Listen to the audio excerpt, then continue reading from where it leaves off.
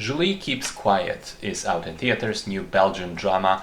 The story follows very consistently and very sort of narrowly and in a focused way the single character of Julie, a young tennis player, the best talent at her local club. At the beginning of the film, she and we learn that the coach of her section has suddenly been suspended in relation to a recent suicide of a former player, another girl.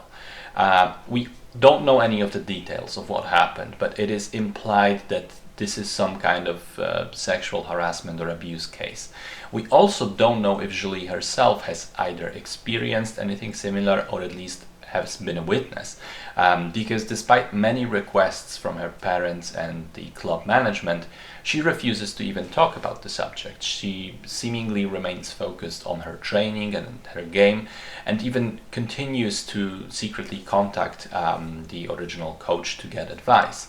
But as time goes on, tension rises and it becomes more and more apparent and clear that Julie might indeed be withholding something important.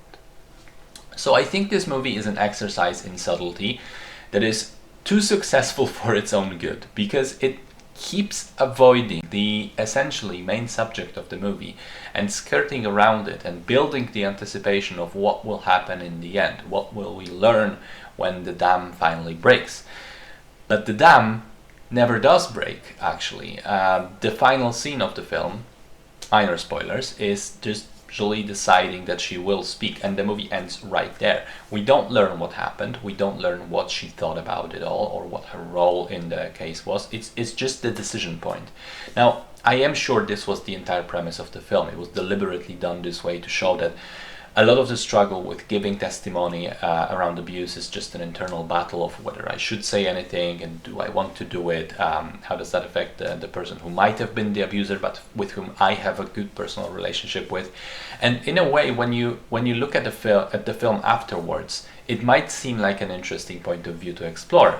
But I'd say, for me at least, this is a much better movie to analyze and break down afterwards than to actually watch, because I will admit I was bored out of my mind. I kept waiting for something to finally happen and reminding myself, be patient, slow movies generally have massive payoffs in the end.